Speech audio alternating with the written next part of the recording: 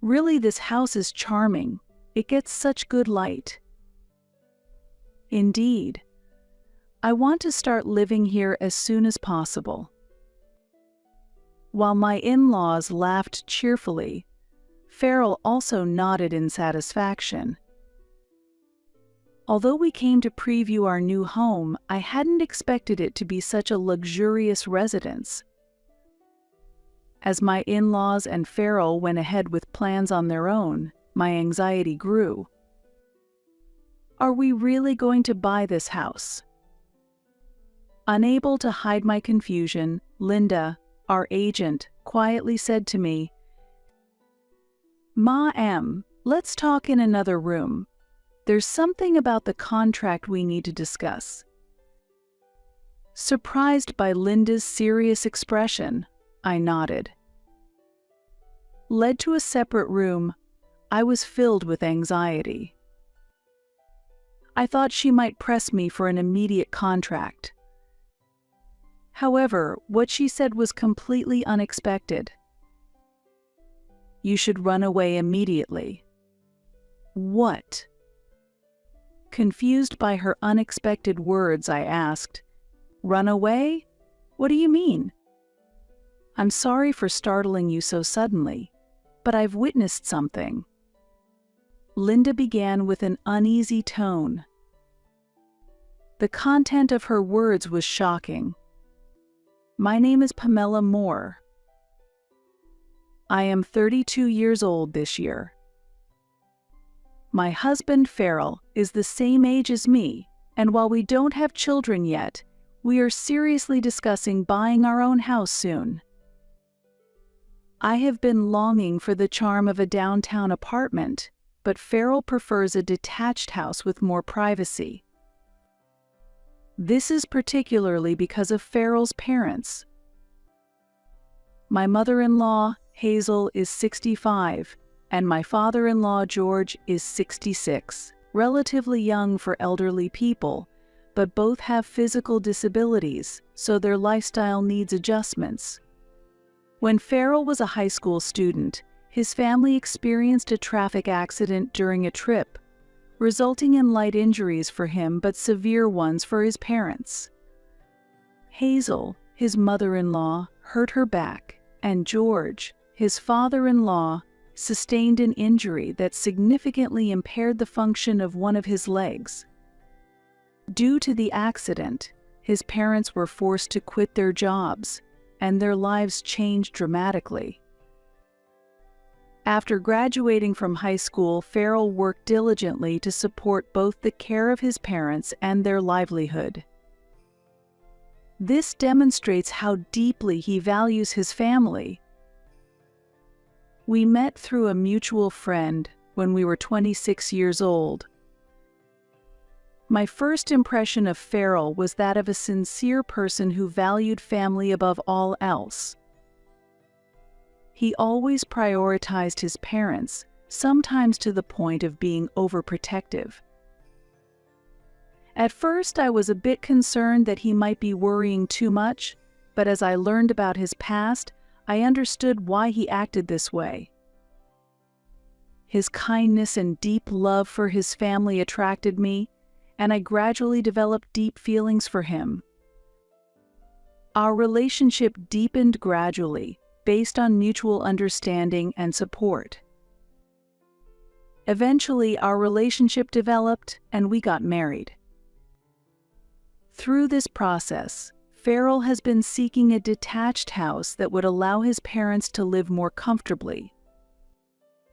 Considering he is an only child and the health condition of his parents, it's easy to see that his desire is well-founded. However, I have always felt a slight reservation towards his parents, and as time passed, I began to feel that my intuition was correct. Looking back, I had a subtle sense of discomfort from the day we introduced ourselves for marriage, 3 years ago. The first time I visited his parents' home, I was greeted warmly by Hazel. "Pamela, welcome.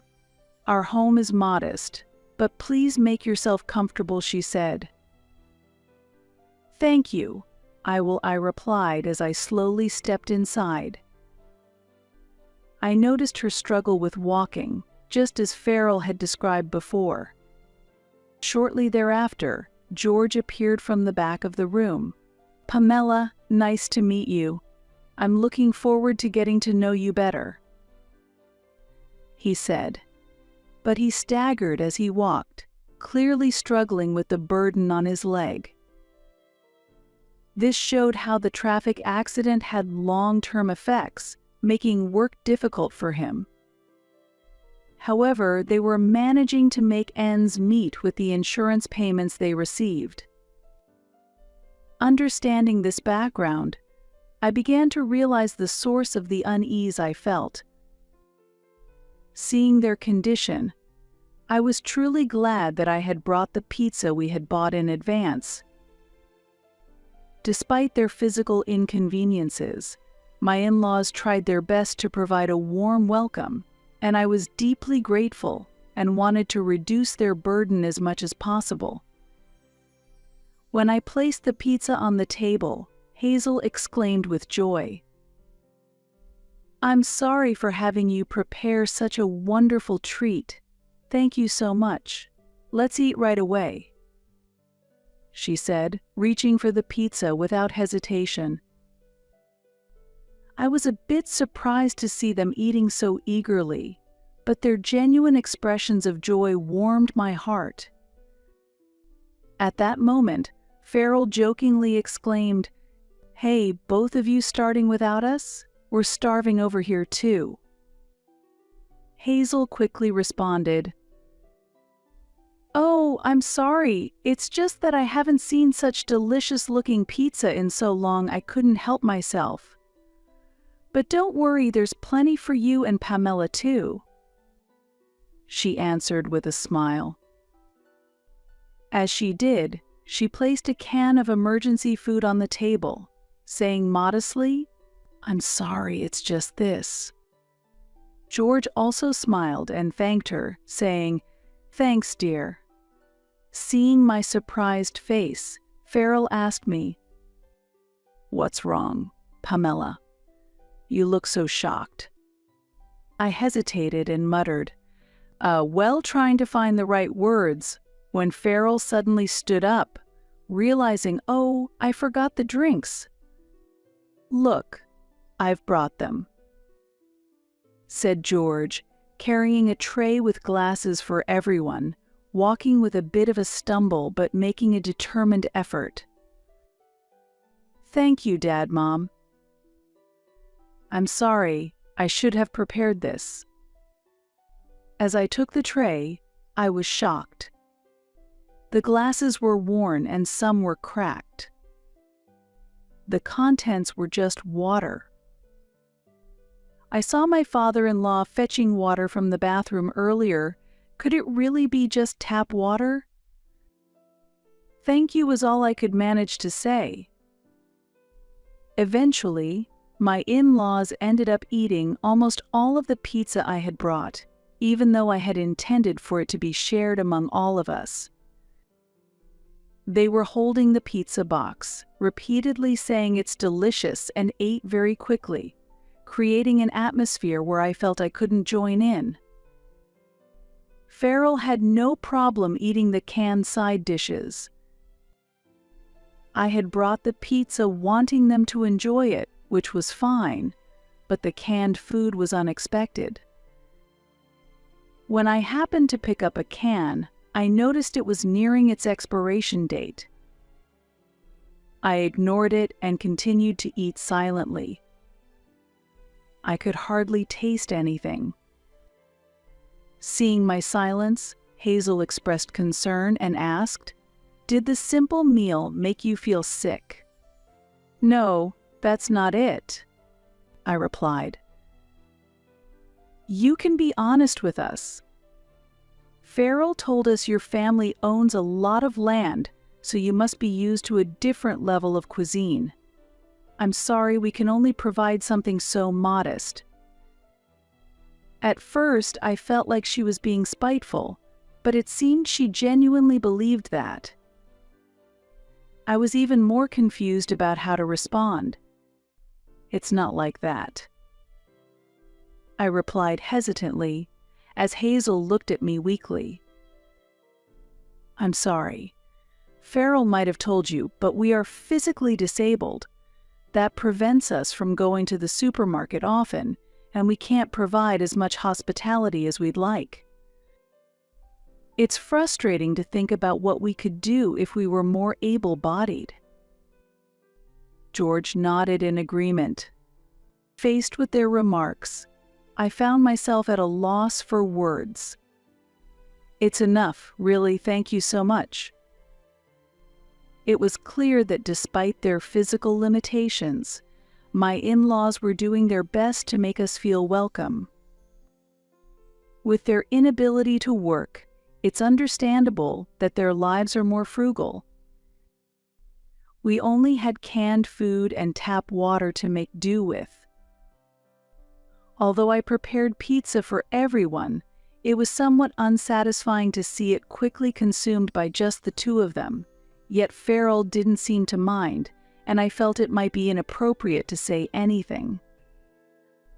In the end, I left their house still harboring that dissatisfaction. Later, as we progressed with our wedding plans, Farrell apologized with a serious look on his face. "I'm sorry, my parents can't contribute financially to the wedding expenses." "It's okay, we were planning to use our own savings anyway, so don't worry," I responded cheerily. I had already advised my parents to refrain from contributing too, fearing it might embarrass his parents if only one side offered financial support. Consequently, we decided to have a modest ceremony. Afterward, I received a call from Hazel. She apologized for not being able to help with the wedding expenses and said she wanted to send some home appliances as a gesture of her goodwill. Despite my reservations, she insisted on sending them. A few days later, several large cardboard boxes arrived at our house, which surprised me with their number. Upon opening them, they were packed with vintage appliances that were no longer on the market: old vacuum cleaners, a faded microwave, and other clearly well-used items. I also noticed the cracked cups and dishes that I had seen during our marriage introduction visit. All these had come from my in-laws' home. What kind of joke is this? I was at a loss for words. Seeing Farrell happily appreciating the gesture. "These appliances were used in your mother's house, weren't they? They look quite old," I pointed out reflexively. "Well, they still work, and we should be grateful," Farrell replied with a satisfied expression. Despite my surprise, as a matter of courtesy, I expressed our gratitude. I reluctantly contacted my mother-in-law. "The appliances have arrived, thank you." "Oh, they've already arrived? Those are things we've cherished for many years. I couldn't bear to throw them away, thinking they'd be useful to you newlyweds. You need appliances, right?" Her cheerful voice only increased my dissatisfaction. "However, many of them are quite worn and some do not work. We appreciate the gesture but plan to purchase new ones." "That's such a waste. It would help you save money." About saving money. "I really wanted to buy you new ones. But it's difficult for us. It's hard for us to get around, so we gave what we had at home." If they were worried about money, they didn't have to send anything. Moreover, my mother-in-law must have mentioned this to Farrell because he approached me about it. "Pamela, I heard you complained about the appliances. My parents went out of their way to send us household items. Don't take their intentions lightly. I didn't mean it that way. This made me feel like the villain. I ended up having to use the old appliances. This wasn't how I envisioned enjoying our newlywed life. It's a situation I find hard to accept. But I kept telling myself that they were considering finances in their own way. Then, Farrell proposed buying a new house. I have always dreamed of having my own home. Normally, this would be exciting news, but Farrell seems to want a home that could accommodate living with his parents in the future. I'm troubled by this idea. Reflecting on my past interactions with his parents, I feel uneasy. I wonder if it's really okay to live together, given their priority has always been saving money, which is why they sent the old appliances. Initially, I thought they were trying to help in any way they could, but I began to doubt their intentions. Later, when I visited my in-laws' house, I noticed that all their appliances had been replaced with the latest models. This raised many suspicions in my mind. I had heard they were financially struggling, but was that really true?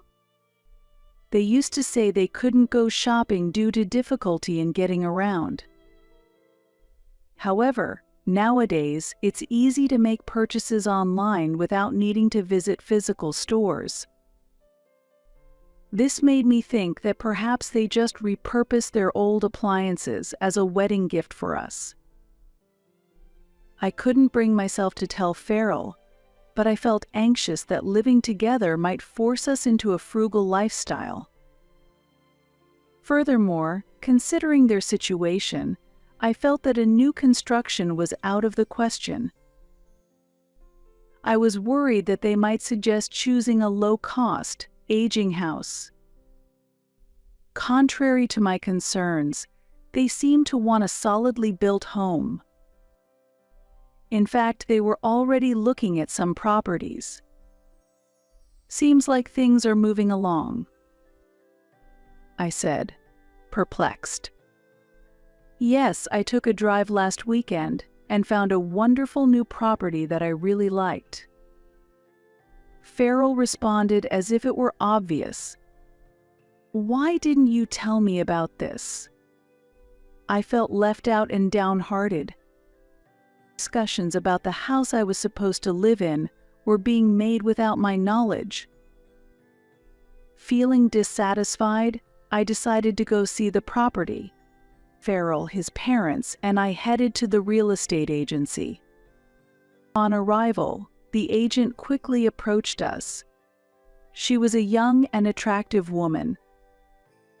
Her business card read Linda Martin. "Ma'am, nice to meet you. I am Linda, and I'll be handling your case." Farrell had arranged a car for us to go see the property together. Inside the car, my in-laws were chatting amicably with Linda. It seems the new house is a ready-built home in a high-end area. I had a vague sense of unease. Eventually, our car stopped in front of the property. It was a luxurious single-family home with a spacious yard, clearly in an upscale neighborhood. We went inside and toured the layout while in the living room. My in-laws were very excited. "Really, this house is charming. It gets such good light," they said. Indeed. I want to start living here as soon as possible. As the conversation progressed, I felt anxious and couldn't help but interrupt. "Excuse me, but this is my first visit here." "Oh, is that so? My apologies. Here's the brochure." I was shocked when I saw the brochure. The price was clearly beyond our budget. It was likely a house we could not afford. Nevertheless, my in-laws and Farrell seemed eager to pursue this property. As I was sweating with confusion, Linda was staring at me, her expression suggesting she had something to say. Holding the brochure, I pondered how to handle the situation. Soon after, my in-laws started walking towards the terrace. Farrell joined them to provide support. They were deeply engrossed in their conversation. Then, as if she had made up her mind, Linda turned towards me and whispered quietly, "Ma, let's talk in another room. There's something about the contract we need to discuss." Surprised by her serious expression, I nodded. She led me to another room, and I was filled with anxiety. I thought she might press me to sign a contract immediately. However, what she said next was completely unexpected. "You should run away immediately." What? I was confused by her unexpected words. "What do you mean, run away?" "I'm sorry for startling you so suddenly, but I've witnessed something," she began, looking uneasy. What she revealed was shocking. It turns out that Farrell and his parents had been coming to this property previously. According to her, during those visits, his parents walked without any assistance. What does that mean? My in-laws are supposed to have difficulty walking. I couldn't understand.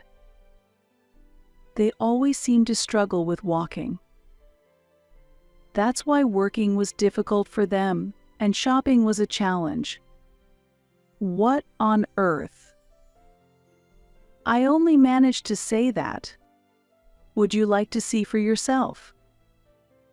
She suggested, peeking through a slightly open door to observe the three of them covertly. Indeed, my in-laws were walking on their own. They weren't using any canes or assistance. Why? Why would they pretend to be unable to walk? This could be evidence, so you should record a video, she advised. Her calm voice echoed. Evidence? What exactly? I'll explain in more detail later.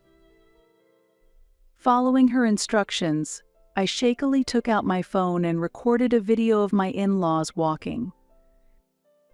I just stood there, stunned. I couldn't comprehend what was happening. According to her, it seemed that my in-laws were pretending to have mobility issues. Therefore, she had recommended housing that was accessible for disabled persons. This house can have ramps installed, which would make moving around easier, she had suggested. To this, my in-laws burst into laughter. "Oh no, we don't need anything like that," they said, and started walking briskly away. She did not understand why they were deceiving her. However, the reason became clear later. When it came to providing mortgage documents, it was revealed that the contracts were being processed under my name. Here are the necessary documents. The documents clearly had my name on them. As she discreetly listened to their conversation, she overheard a shocking discussion between them. After all, it's best if Pamela pays for the loan. We've been pretending to be injured. We did receive a significant amount from the insurance, but we've almost used it up on the new appliances we bought. Mom, you're being too direct. But that's what we've been planning all along, isn't it? Find someone from a wealthy family. While my mother-in-law was nonchalant, My father-in-law also seemed satisfied. Farrell kept his promise, didn't he? Pamela trusts you as completely. A kind-hearted, wealthy person is easy to manipulate. Learning the truth, I was astounded.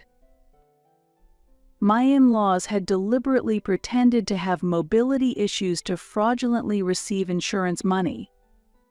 Farrell was aware of these facts all along. After she had let me hear that conversation between the three of them, I was silent for a while. I had never imagined that I would be the one paying the mortgage. In fact, my family owns several properties, and I had mentioned this when I first met Farrell. However, our lifestyle is very ordinary. My parents have always encouraged frugality, and we don't own expensive items. My income is not substantial. I'm just a regular office worker. I had never dreamed that being a landowner would make me a target for Farrell's advances, thinking that it meant wealth. Overwhelmed and unable to react, Linda apologized to me. I'm truly sorry for bringing this up so suddenly. No, please don't worry about it. On the contrary, I appreciate you telling me, I replied emphatically, noticing her expression darkened. The matter is not yet concluded, she continued, and what followed was even more shocking. Farrell had said, "We'll need to draw on Pamela's resources moving forward." And his mother had added, laughing, "Hey, next, give her a little nudge. I'll teach her how to pretend to fall and claim long-term medical expenses. She'll surely be delighted to learn how a little pain can bring in money." I was horrified. They intended to involve me in their fraud. What do you mean? They were speaking as if it were merely a push, but the intention was clearly to cause injury. The thought of being coaxed into committing such deceit was unforgivable. I'm sorry to bring such distressing news, but I felt it necessary to tell you. This is a clear criminal act, and it could harm you as well. She spoke with evident concern in her voice.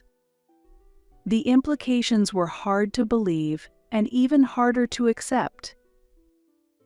Witnessing the scene firsthand, I saw my in-laws walking boldly. My name was on the mortgage documents, and there was Farrell, who had deceived me. The shock made me dizzy, and I stumbled. "Are you okay?" She caught me just as I was about to fall. I had to pull myself together. As my real estate agent, she had courageously revealed the truth. I had to take some action. "Thank you, I'm fine. I was just startled by this unexpected revelation. I have no intention of engaging in fraud, and now that I know the truth, I cannot simply ignore what my in-laws are doing," I declared firmly. My determination was clear to her, and she nodded in acknowledgement. There was no time to waste. We immediately discussed the next steps to take. After that, I hurriedly left the building through a different exit while she distracted my in-laws. Using the excuse of feeling unwell, I messaged Farrell that I was heading home ahead of him. Once home, I quickly started gathering evidence. I searched online for the date and details of the accident my in-laws had mentioned, and information about the insurance company and the doctors treating them. As soon as I was prepared, I decided to notify the insurance company. I raised the issue of fraudulent claims and explained the details to their Special Investigations Unit. I also made sure to attach and send the video I had recorded today via email. As a result, the insurance company held my in-laws criminally responsible, and they were arrested. It later emerged that the injuries they had sustained in the accident were indeed minor. Nevertheless, they had exaggerated their symptoms to continue receiving insurance payouts fraudulently. Normally, insurance companies are very vigilant about the potential for fraud in cases of traffic accidents. I had been wondering how they managed to deceive the audits, but the truth was eventually revealed. Shockingly, they had conspired with a relative who was a doctor to forge medical certificates, exaggerating minor injuries as severe ones. It's unbelievable. Of course, that doctor was also arrested. This doctor had previously been flagged by the insurance company for irregularities, which led to their swift arrest, along with my in-laws. In the end, they were just a greedy family. It went beyond mere frugality. They were criminals. And Farrell, who had overlooked all this, was essentially complicit.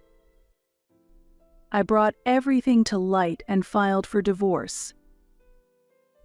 However, Farrell did not accept this and opposed it. He claimed it was all a misunderstanding and pleaded with me to at least meet his mother. I could not understand what he thought was misunderstood.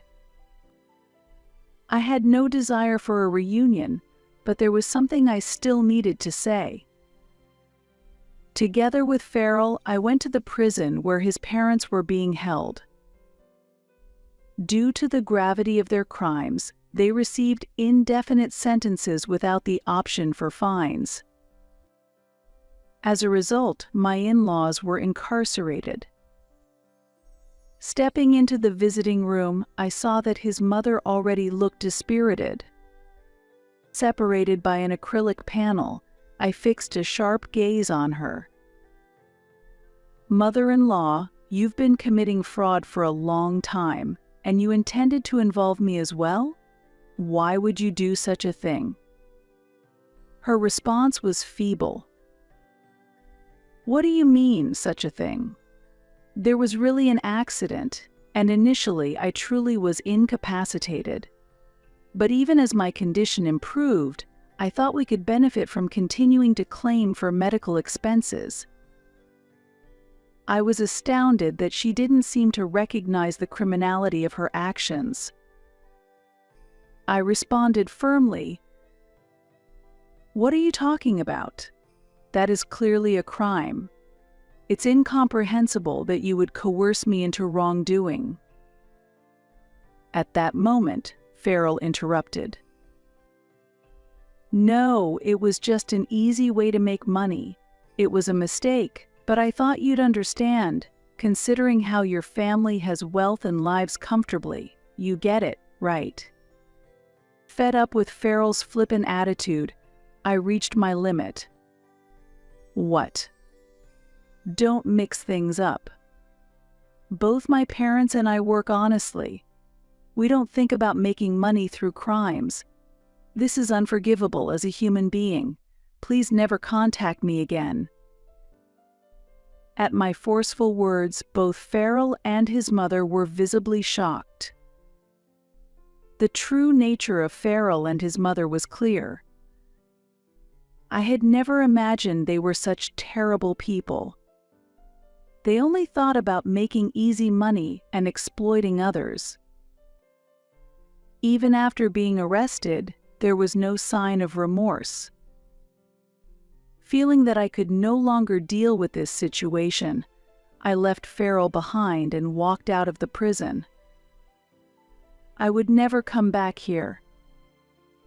Afterward, I proceeded with divorce mediation. It took time, but the divorce was eventually finalized. Farrell resigned from his job as his parents' arrest became known at his workplace. making it uncomfortable for him. His whereabouts are unknown to me now. Presumably, his parents are living quietly after their release. I never thought such unscrupulous people really existed. For a while, I couldn't even think about marriage. I decided to focus on my career and switch to a new job. That's when an unexpected encounter happened. I met a kind man who understood and accepted me. He understood the hardships I had experienced and offered comfort. While I hesitated about moving forward, I trusted his character. However, lessons from my previous marriage had made me cautious. He tried to alleviate those fears by introducing me to his parents. His parents warmly welcomed us and served elaborate dishes. I felt genuine joy at this seemingly ordinary kindness. His parents, too, were gentle and broad-minded, just like him. I was confident I could feel safe with this family. As a result, we got married and were able to lead a peaceful life. Over time, the topic of buying a house came up between my husband and me. I took him to the real estate agency I recommended. It was the agency where Linda worked. Thanks to her support, I was able to see through the deception before, and I am deeply grateful for it. As we entered the real estate agency, a familiar face greeted us. "Welcome." "Oh!" She seemed to have recognized us. I responded with a smile. "Hello? It's been a while." She was as energetic as ever. The new business card she handed me had Chief written on it. Feeling her growth and experience brought me genuine happiness. When my husband was not around, she kindly said, "It's really great that you found a good partner. I'm really grateful that you told me the truth back then." "Thank you." My smile widened. We decided to build our new house through this real estate agency where she works. It was a decision made after wanting to somehow repay her. I'm sure this time, my ideal home will be realized. Thinking about our new home naturally brought a smile to my face. I found someone new. I'm divorcing someone as incompetent as you. As soon as our two-family house was finished, my husband declared this and tried to kick me out. I protested immediately against this cruel treatment. "Are you sure about this? Won't you regret it?" My husband laughed and replied, "I won't regret it," but a few months later, he contacted me on my cell phone. Imagining him suffering secretly brought me joy. "My name is Meryl Brown, and I am 32 years old. I am a housewife." My husband's name is Phil, and he is a 34-year-old office worker. We originally worked at the same company, and I immediately fell for the bright and cheerful Phil, leading to dating and eventually marriage. Before we married, I went to greet his parents, but it seemed his mother didn't like me very much. She opposed our marriage until the end, but Phil promised he would make me happy. A year has passed since our marriage. Right after we got married, Phil wanted me to be a housewife, so I accepted that. I had wanted children, thinking that being a housewife would allow me to care for them. However, since becoming a housewife, I found myself increasingly irritated by my husband's trivial actions. When that happened, I would immerse myself in my hobby of making handmade accessories to relieve stress. One day, we went to my in-laws' house. I didn't really like going there. The reason was because of my mother-in-law. she always criticized me harshly. According to my husband, she has a self-centered personality, but I felt uncomfortable with her behavior.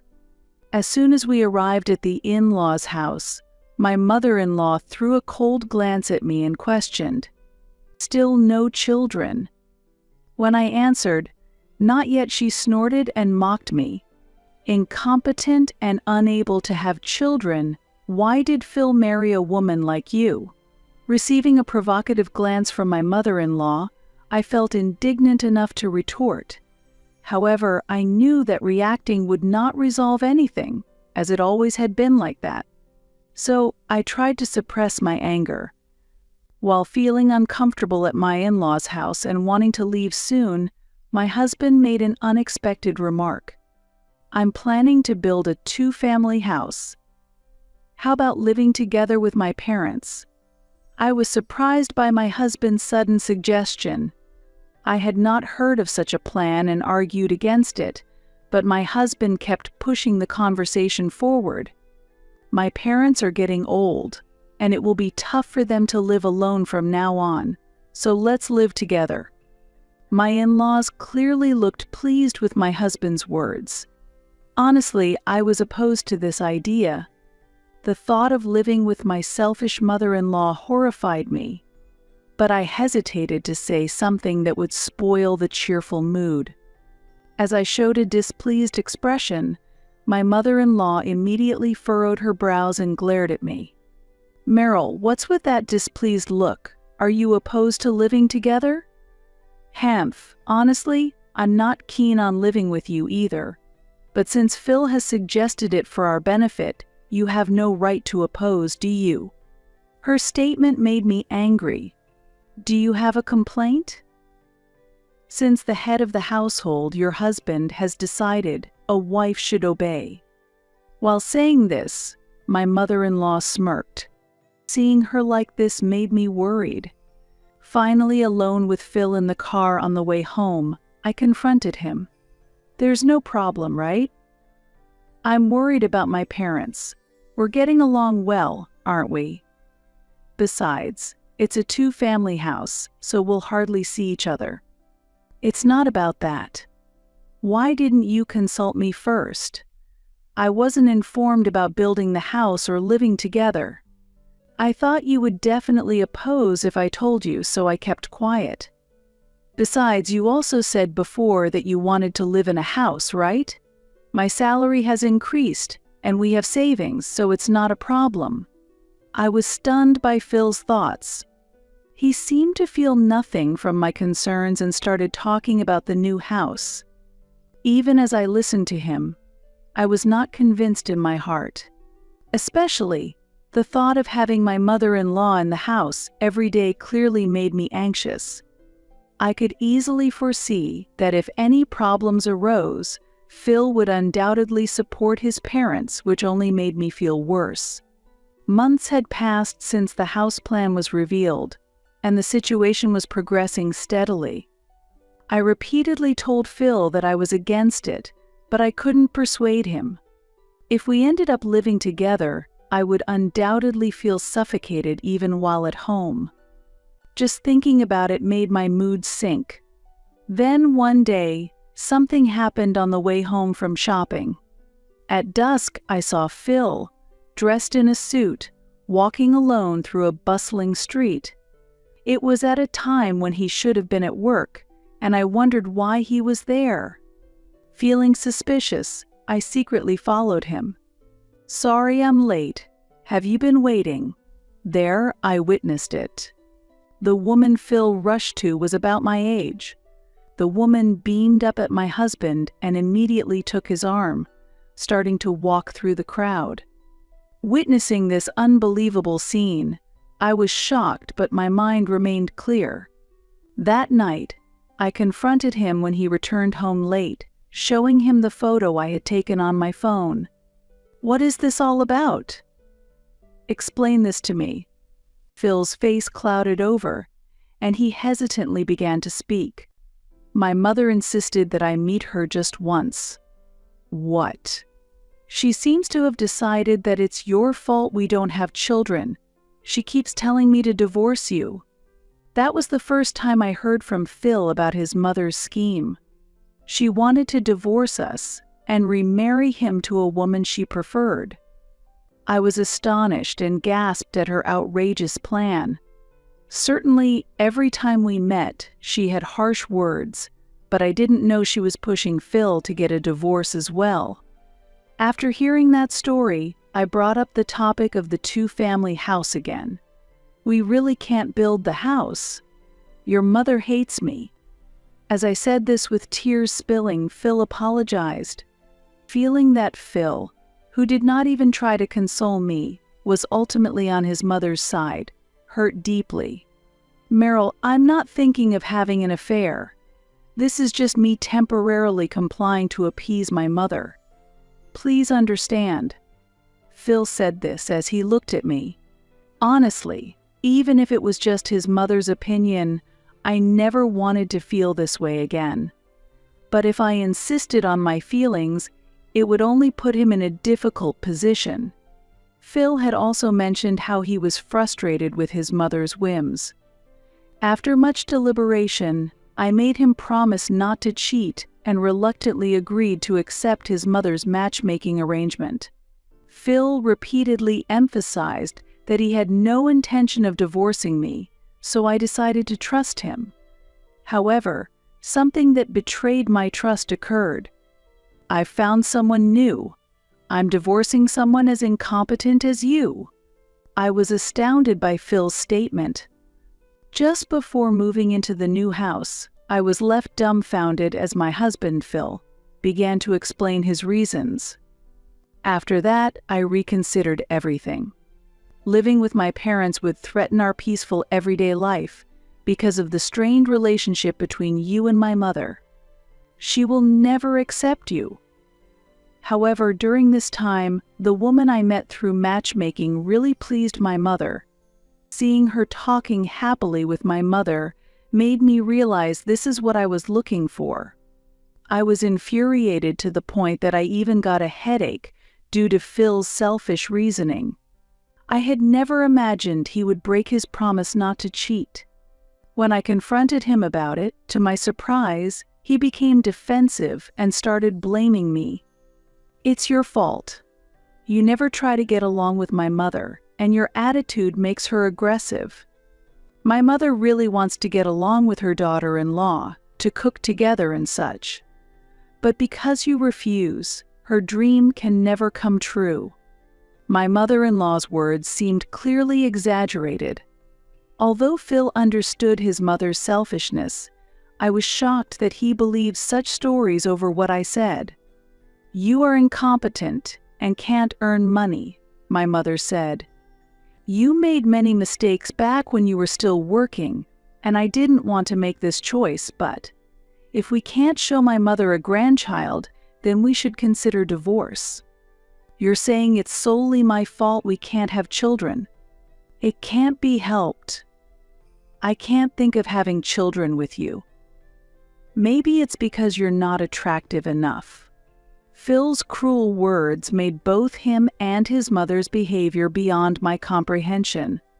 I was particularly unable to forgive him for prioritizing his mother's demands over the promises we made as a couple.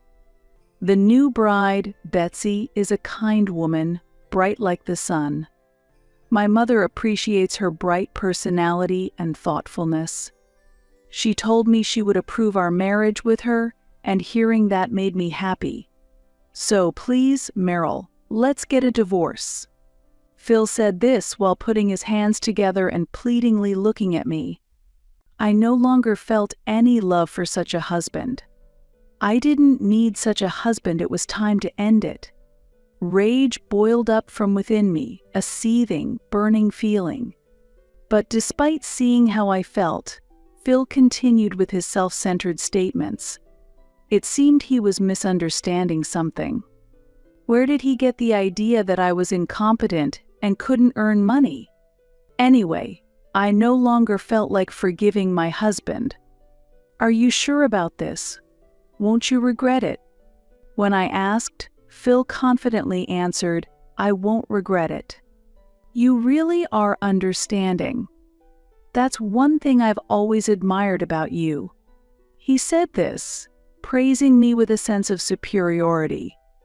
I couldn't hide my anger any longer and shouted back, "I'm done with a mama's boy like you. I've been patient for way too long. I can't take it anymore. Make sure you pay your fair share in the property division. Build your two-family house or whatever. It's no longer my concern." With tears, I went to get the divorce papers. It didn't matter anymore. No matter how much Phil might suffer from now on, I vowed not to lend him a hand. Phil clicked his tongue in irritation at my words. When I returned with the divorce papers, he looked at me expressionlessly. At that moment, a woman I didn't recognize was there. "This is Betsy. Unlike you, she's beautiful and has class," Phil said proudly. I glanced at the woman named Betsy and snorted lightly. "I don't care about that, just sign this quickly." I deliberately spoke provocatively as I held out the divorce papers for him to sign immediately. Since I had already packed my belongings for the move, I didn't have any trouble in that regard. "You're going to have a hard time from now on, but don't come crying to me. I'll be taking care of Betsy and my family from now on. There's no way I'll be struggling." "You'll be the one in trouble, won't you?" "What are you talking about? I make quite a lot of money. You manage the household finances and still don't understand. You really are incompetent." Despite his words, I just smiled. It became clear how much Phil was misunderstanding the situation. That's why, at that moment, I chose not to enlighten him. "It seems you're making a big mistake, but by the time you realize it, it will be too late." "What are you talking about?" Phil looked at me very displeased. At that moment, his mother appeared. "Isn't Phil's new wife wonderful? She's worlds apart from you. Hurry up and leave." It was clear that Phil and his mother would face difficult times ahead. Phil would eventually realize this fact. So I silently decided to leave the house. At the door, Phil watched coldly as I carried my bags out. I left the house without looking back.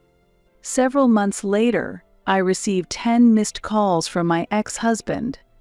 In my new apartment, looking at the screen of my cell phone, I smirked inwardly. "Hello? Didn't I tell you not to call me directly and to go through my lawyer?" Upon hearing that, my ex-husband started talking through tears on the other end of the phone. "I've been in trouble ever since you left. I didn't know you were earning so much." It seems that my ex-husband had finally realized the truth, and in his panic he called me. Pretending not to know, I said to my ex-husband, "Huh, weren't you the one earning a lot?" Laughing as I spoke, my ex-husband burst into tears and shouted, "Forgive me." Internally, I thought to myself, serves him right. This was the misunderstanding my ex-husband had. I had started selling handmade accessories online as a hobby. Initially, I didn't sell many, but one day, a popular influencer on social media praised them, and sales soared to over $10,000 per month. My ex-husband didn't know the details of our finances because he had left all the management to me. I didn't think it was necessary to report to him, so I never shared the details. Since he began slacking off at work to go on dates, I had been covering living expenses with my income. When we divorced, he mistakenly believed that he was the one earning that amount. Realizing this, I left the house without saying a word. It's hard to understand why my ex-husband, a mere rank-and-file employee, believed he could earn so much each month. He probably assumed I was just doing household chores and immersing myself in my hobbies at home. Thus, he was convinced that all the income was earned by him. Since he used matchmaking as an excuse, he stopped doing overtime and started to splurge on lavish meals to impress others. However, under the guise of keeping my former mother-in-law reassured, I allowed it. When I asked you if you wouldn't regret it, remember what you said? I asked, and with a pained voice, my ex-husband replied, "Help me, I'm in trouble. My new wife doesn't work, and since moving in, my mom has been trying to make me pay all the living expenses. My dad is angry about our divorce and won't even speak to me. And I was under the impression that I was earning $10,000 a month. You know you can't possibly earn more than your fixed salary as a regular employee. You weren't doing any side jobs, and you were always going to matchmaking events instead of working overtime." I was wrong. Betsy, despite being a housewife, barely does any housework, and every time she goes shopping with my mother, they spend a lot of money. My mother really likes her and buys her all sorts of things that my salary can't possibly cover. Hearing my ex-husband's desperate cry, I was just dumbfounded. Sensing my reaction, my ex-husband raised his voice even more and pleaded. I decided to unleash all my pent-up frustrations on him. "By the way, what were you planning to do about your mother if we were to remarry? You used to say it wouldn't work because I couldn't get along with your mom." At that, my ex-husband suddenly fell silent, unable to say anything. I decided to press further.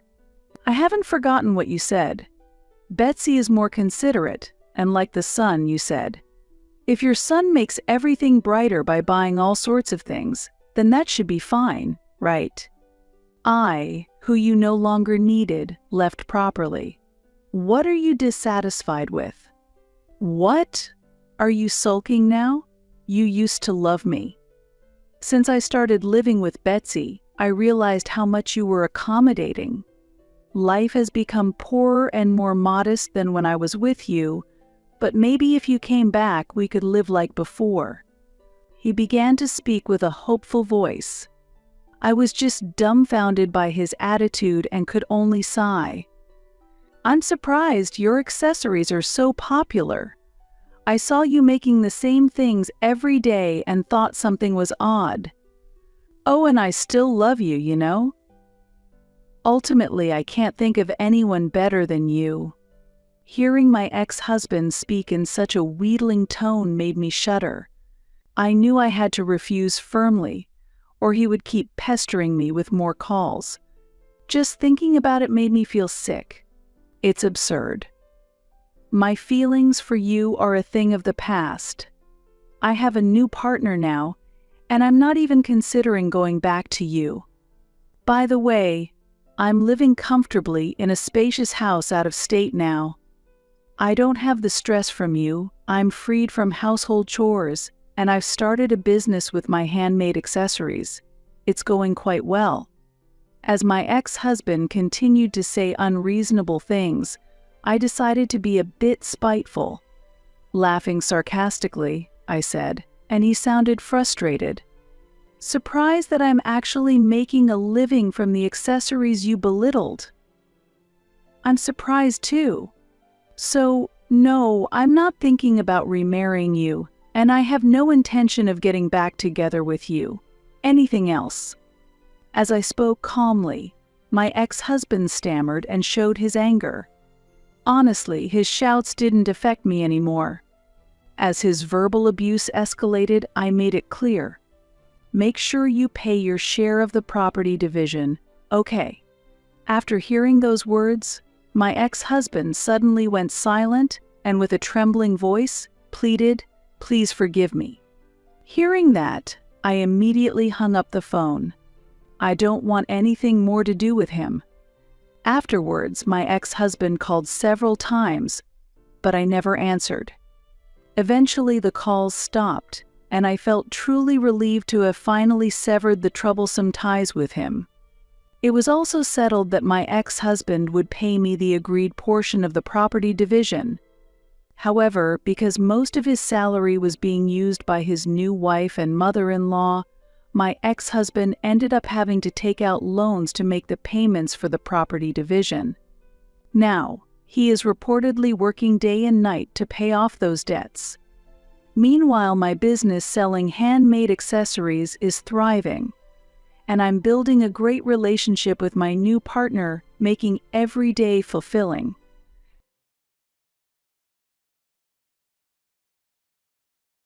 Hey, how are you doing?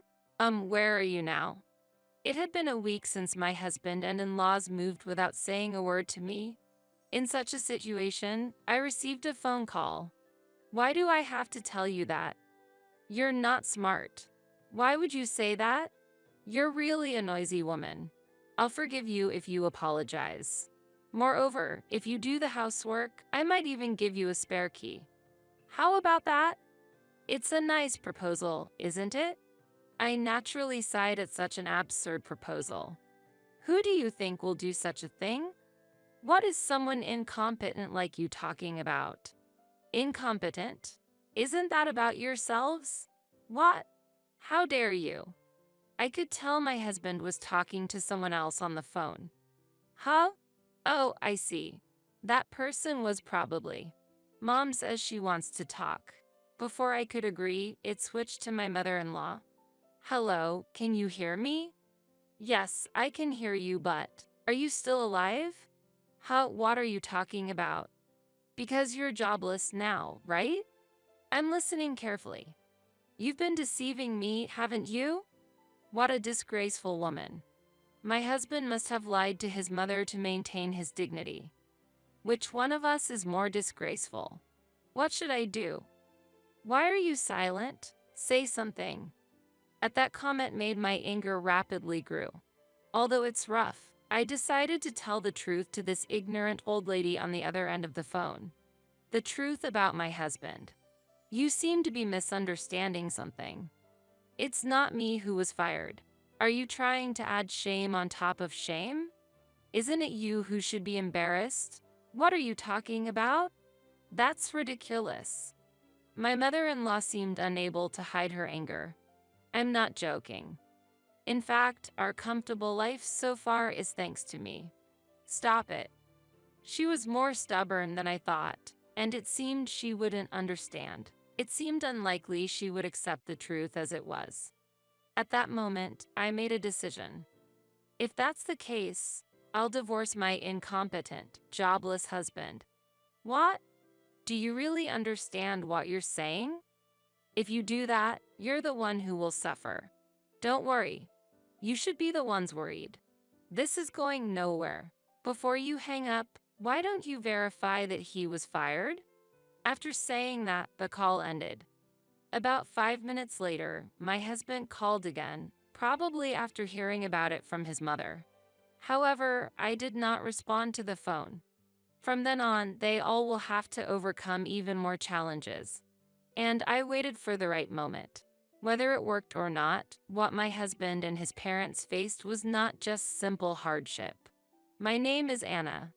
My siblings run a company inherited from our grandfather. My brother Peter is the president, and my sister Mandy is involved as a director. I myself manage several apartments inherited from my father. The rental income alone was enough to support myself. I met my husband, Kevin, when I was 33 years old. The connection was made through my sister, Mandy. Cess, isn't it about time you got married? Why all of a sudden? Considering your age, I think it's about time. How can I get married without having a partner first? I'll take care of that. And a week later, my sister introduced me to Kevin, a friend from her college days. My first impression of him was that of a handsome young man with a neat appearance. Being work-focused all my life, I was at a loss for what to talk about. Well, you two have fun then. What, Mandy? Wait. My sister left with a laugh. And so, the two of us were left alone. Being a friend of my sister, he was younger than me. As the elder, I felt I had to act properly. Shall we go? Yes. Both of us, holding our nervousness, went to the first restaurant we saw. We ordered alcohol and immediately emptied our glasses. That helped us start to relax. I'm sorry about tonight. Mandy was a bit presumptuous. Don't worry about it. Honestly, I was looking forward to meeting you. Really? To tell you the truth, Mandy has been talking about you. I've been hearing about you since our university days. That girl. According to Kevin, Mandy had always spoken highly of me. After spending about 2 hours together, the evening came to an end. Then, see you again. Wait a minute. If you don't mind, can we exchange contact information? Oh, right. We haven't done that yet. And so, we exchanged contact information and started to go on dates frequently. So, when are you planning to get married, sis? Not anytime soon. Really? How long have you two been seeing each other? Well, about 6 months. Then it should be fine, shouldn't it? Don't talk about it as if it's someone else's business. In fact, a week after being introduced by Mandy, Kevin confessed his feelings to me. I was surprised, but it wasn't unpleasant. And I accepted his confession. 6 months passed. Although I had a desire to get married, I hesitated to bring it up. Being older, I worried whether bringing up the topic would be too much pressure. On a certain day, while pondering these thoughts, I want to talk about something important today. Understood. Let's meet at our usual place after work. See you then. That call came during my lunch break, and I couldn't concentrate on my afternoon tasks. Naturally, that was the expected reaction. It's impossible to remain indifferent to such a conversation. That day, he proposed to me. I was somewhat prepared, but being asked to consider marriage made me question if I was the right person. So, what's your answer, Anna? I'll say yes. However, what followed wasn't straightforward. Next, we had to greet each other's families. My parents warmly accepted our marriage. Next was meeting Kevin's parents. But what should we do about greeting Kevin's family? About that.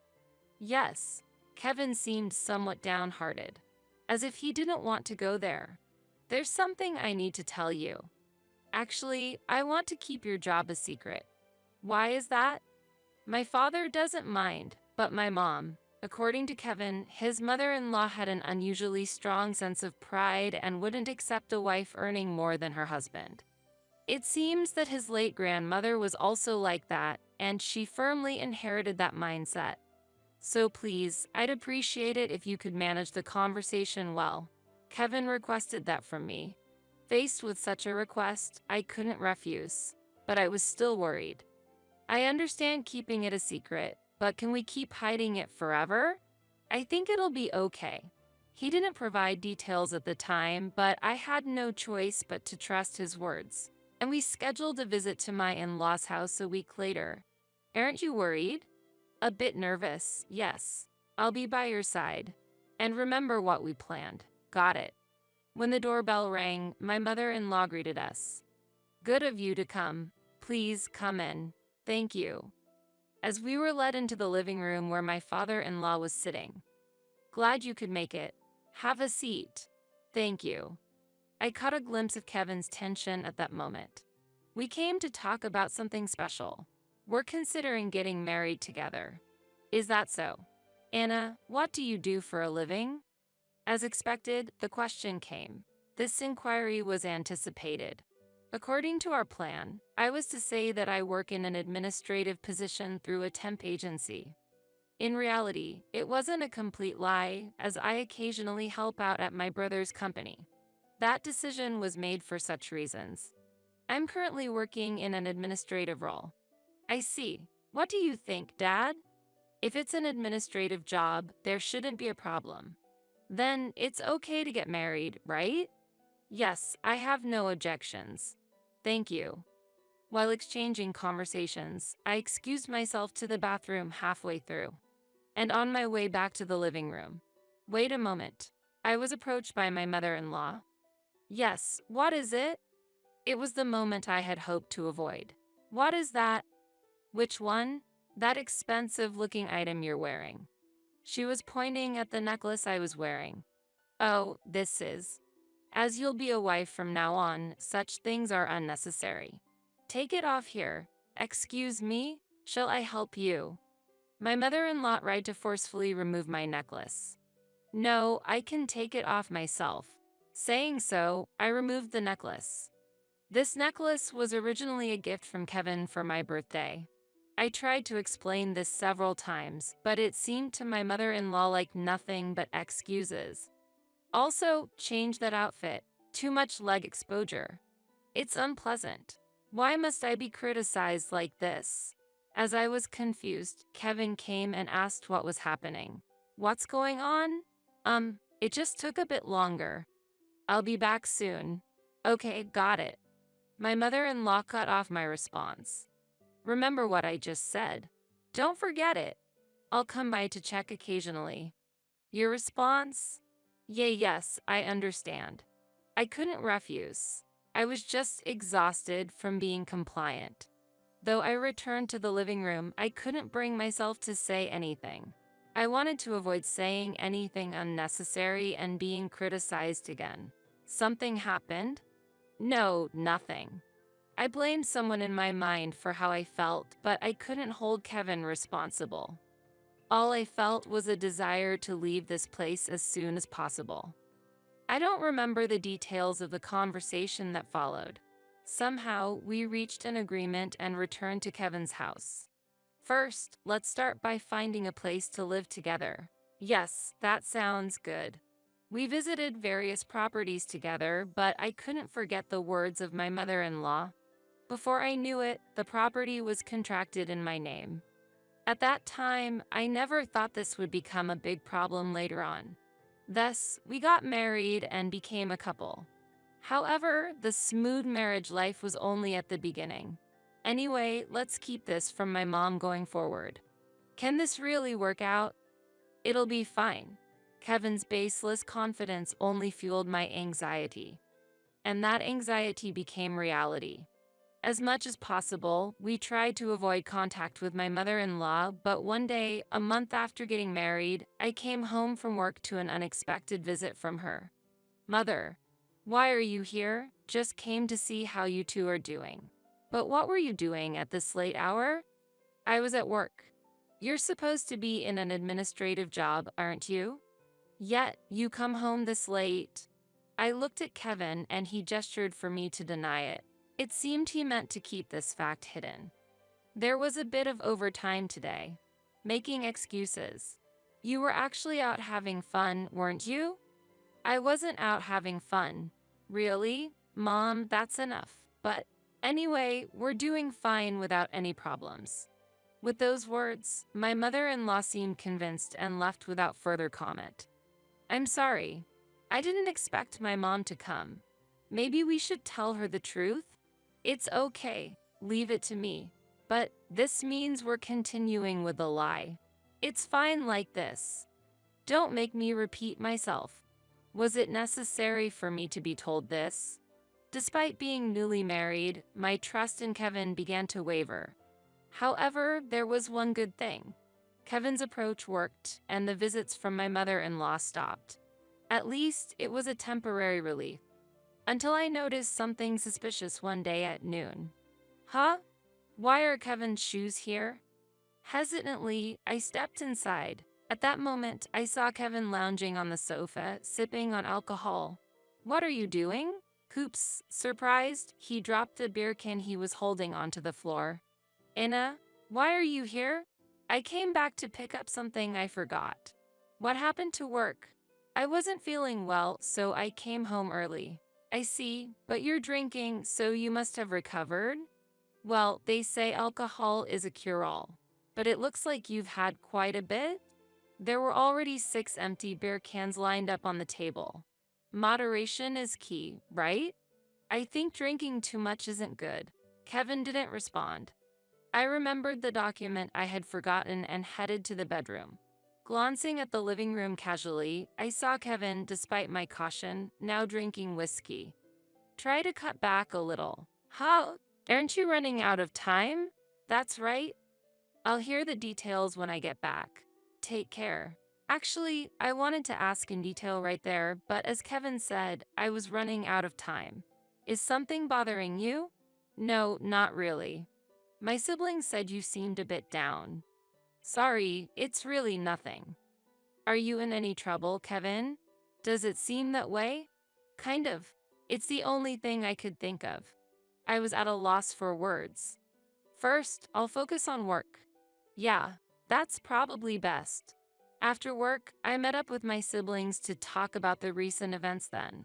So, what's specifically bothering you? Well, actually, don't worry. This stays between us, so feel free to open up. Thanks. I opened up to my siblings about the situation with my mother-in-law and Kevin's recent behavior. That's unexpected. What? Sorry, I can't believe it. I didn't think it was that serious. It's not your fault, Mandy. But what will you do now? Should I say something? That might make things worse. Didn't we promise to keep it a secret? Yeah, but knowing they were so considerate warmed my heart. First, I'll try to talk directly to the involved parties. That sounds right. We're here to support you whenever you need. I appreciate it, thank you. After that exchange, I returned home, but I couldn't find Kevin anywhere. All the alcohol was neatly cleaned up. Where could he have gone? I tried to contact him, but there was no response. Kevin returned the next morning. Where were you? Actually, I went to my parents' house. My mom called me over suddenly, Kevin said, laughing. What's so funny? Huh? Not answering your phone and being at your parents' house, really? Couldn't you have at least contacted me? Why would you say something like that? Why don't you ask my mom? Don't say such ridiculous things. With work looming, I hurriedly left the house. As soon as I got to work, I received a call from my mother-in-law. Yes, hello? What have you done? I'm not sure what you're referring to. I heard you doubted Kevin. Since I couldn't reach him, I was just to get so upset over such a trivial matter. You're really narrow-minded. The call continued with my mother-in-law showering me with insults. Eventually, she even called me incompetent. I couldn't bear it any longer and ended up retorting. There's no reason for me to be criticized like this. What are you talking about? So, please, stop this pointless conversation. I have work waiting for me. I immediately hung up the phone and took a deep breath. My patience paid off, and I felt a pleasant sense of release. Returning home after a day's work and feeling a sense of accomplishment, I was greeted with criticism by Kevin.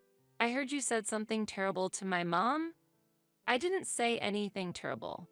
I just stated the obvious. That's not a joke. Why do you belittle people's parents like that? If you didn't act suspiciously, there wouldn't be any problem in the first place, would there? Fine. If you're going to say that, I have my own plan.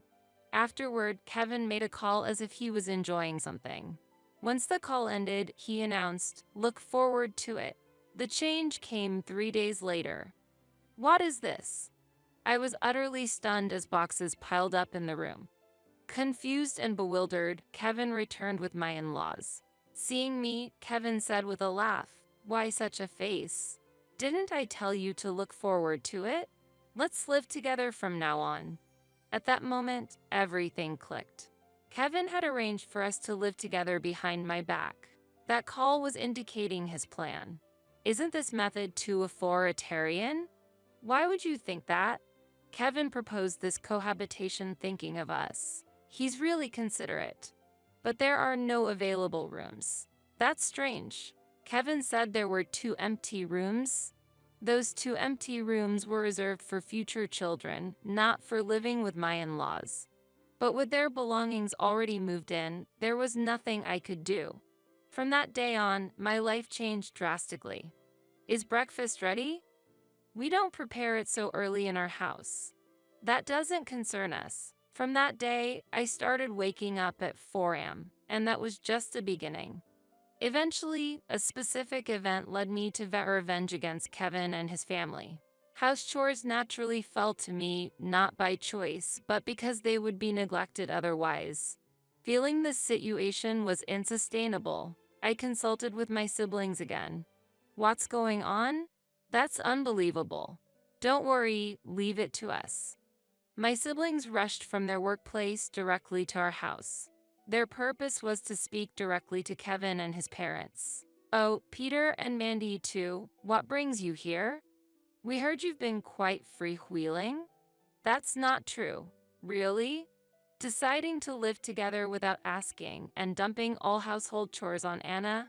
That's a misunderstanding. There might have been a slight difference in perception, but I'll resolve this issue. I'll explain to my parents. So, it's like that. Is this matter settled then? Despite relying on my siblings, I didn't want to burden them further. It's fine. All right, then we're counting on you. That day, my in-laws were out, and it's unclear how the situation would have unfolded had they been home. Really unnecessary. If you had acted properly from the start, we wouldn't be in this situation.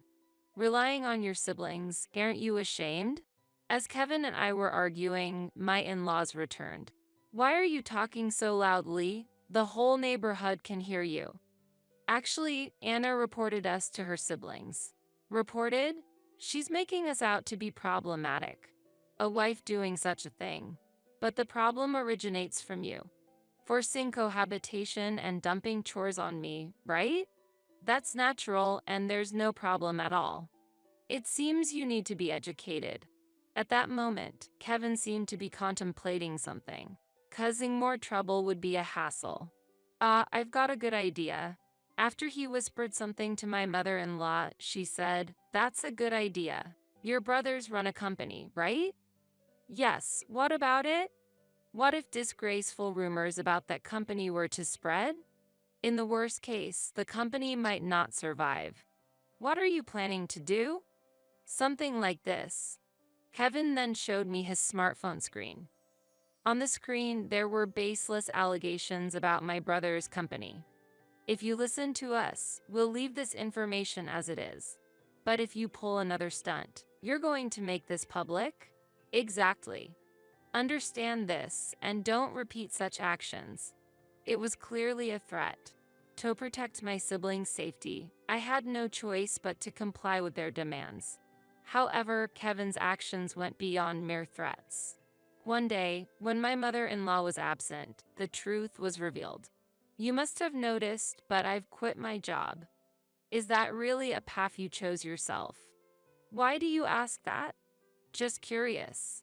"It's not important anyway." "Actually, I was fired." "What caused it?" "Let's not dwell on the details. There were various issues." I felt I had learned something significant from his answer. "But don't ever mention this to my parents." "Why not?" "You should understand why." "What's the plan going forward?" Kevin just fell silent. "No choice, I have to handle it. As usual." "You might have forgotten, but I'm the one paying the rent and living expenses. Just don't do anything unnecessary." Half a year passed, and I had become nothing but a servant to Kevin and his family. I could only despair about when this situation would end. That day, I had an important meeting, so I headed to my brother's workplace. The meeting lasted late into the night, and I didn't get home until after 8 p.m. As soon as I arrived, I immediately noticed something was wrong. Everything was too quiet. The moment I stepped inside, I was struck silent by the scene before me. It was evident the house was empty. Checking room by room, all our belongings were gone. I collapsed on the spot. I immediately called my siblings.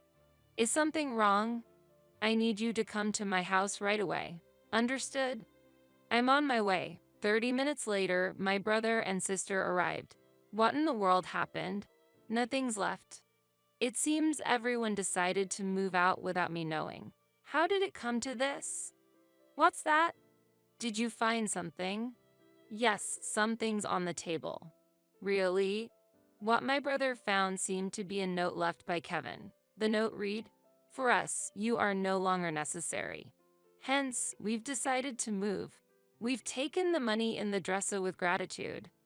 The money in the dresser. Rushing to check the bedroom dresser, the money I had hidden was all gone. It's gone. Everything's been taken.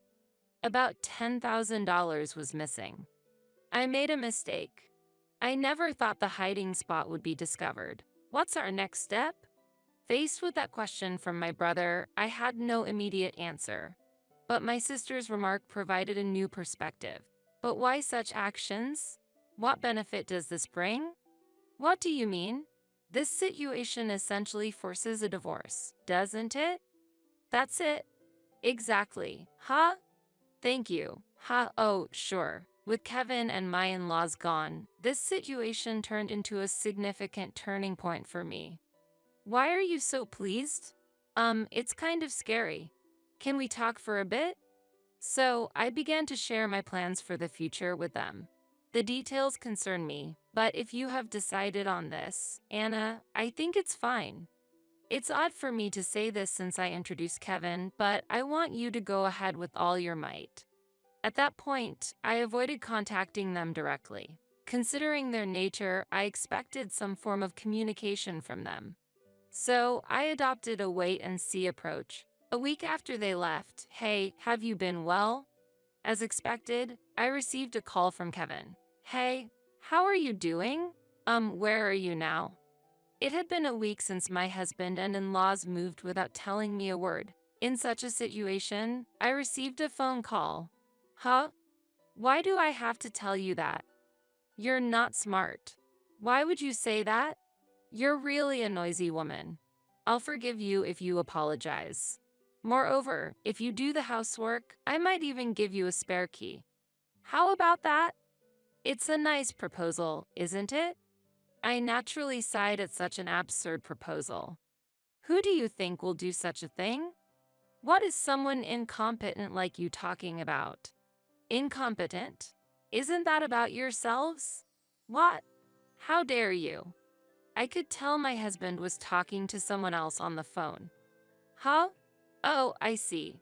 That person was probably. Mom says she wants to talk. Before I could agree, my mother-in-law started speaking. Hello, can you hear me? Yes, I can hear you, but... Are you still alive? Huh, what are you talking about? Because you're jobless now, right? You've been deceiving me, haven't you? What a disgraceful woman. My husband must have lied to his mother to maintain his dignity. Which one of us is more disgraceful? What should I do? Why are you silent? Say something. At that comment, my anger rapidly grew. Although it's rough, I decided to tell the truth to this ignorant old lady on the other end of the phone. The truth about my husband. You seem to be misunderstanding something. It's not me who was fired. Are you trying to add shame on top of shame? Isn't it you who should be embarrassed? What are you talking about? That's ridiculous. My mother-in-law seemed unable to hide her anger. I'm not joking. In fact, our comfortable life so far is thanks to me. Stop it. She was more stubborn than I thought, and it seemed she wouldn't understand. It seemed unlikely she would accept the truth as it was. At that moment, I made a decision. If that's the case, I'll divorce my incompetent, jobless husband. Huh? Do you really understand what you're saying? If you do that, you're the one who will suffer. Don't worry. You should be the ones worried. This is going nowhere. Before you hang up, why don't you verify that he was fired? After saying that, the call ended. About 5 minutes later, my husband called again, probably after hearing about it from his mother. However, I did not respond to the phone. From then on, they all will have to overcome even more challenges. And I waited for the right moment. Whether it worked or not, what my husband and his parents faced was not just simple hardship. A month passed, and I received another call from Kevin. Needless to say, I had been making various preparations during that month. There's nothing to talk about. Wait a minute, can't we live together? Why? Why, you ask. Let me guess. It's surely about money, right? Absolutely not. It's your own responsibility for leaving. Well, good luck. Don't say that. We're still a couple. You've heard from your mother, right? I intend to divorce you. What? Anyway, that's the situation. Don't contact me anymore. I thought it was over, but it wasn't that simple. The next day, Kevin came to my house with his parents. Back again? That's not all. I've heard everything from Kevin. And what about it? I'm truly sorry. Hey, Kevin, apologize too. I'm really sorry. Can we start over from the beginning? As if there's such a convenient story. I understand that. Still, I'm asking. How foolish. No matter how much they apologize, I have no intention of forgiving. I'm sorry, but I can't. Please leave. Now we won't be able to make a living. But you took the money from the house, right? Don't tell me you've spent it all. All gone due to the move and such. I could only laugh. I have something for you. Just a moment. How what? I went to the living room, picked something up, and came back to the entrance. Here, take this. What I handed to Kevin was a divorce application. This is, as you can see, it's a divorce application. There's no way this will go through. While saying that, Kevin tore it up. Do you understand what you're doing, Kevin? A divorce is out of the question. Well, that's one option. I was planning to consult a lawyer anyway. Can you leave now? The conversation isn't over. Either way, we can't live together if you keep making a scene. Let's send it here for today. Wait a minute. Urged by his parents, Kevin left. I immediately went to consult a lawyer introduced by my brother. There were still necessary steps to conclude this. I'm really grateful. Thank you. So, is there no problem anymore? No. It's safer to proceed with the divorce through a lawyer. But I have a request. If there's anything I can do, just ask. Actually, afterward, I asked my brother to help me find a new place to live. I heard one of his friends was in real estate. I quickly completed the contract for the new place and finished moving. Naturally, I didn't contact Kevin at all. There was no need to, after all. Once this situation arose, it was inevitable that Kevin would contact me. Did you go to the house? Where are you now? There's no reason for me to tell you. I had Mandy inquire about Kevin and his family's situation. They were still unemployed and living with his parents. This situation forced his parents to start looking for work, but I couldn't imagine that stubborn mother-in-law actually working. Also, I heard you still haven't found any job. Why would you? I won't say. What? Also, tell your mother to keep at it. Well, goodbye. Kevin and his family were facing even more challenging times ahead. As for myself, I was enjoying a free life in my new home. Moreover, our family has grown. I started keeping a chihuahua, something I've longed for. For me, this small family is enough. From now on, I will spend my time with this beloved dog.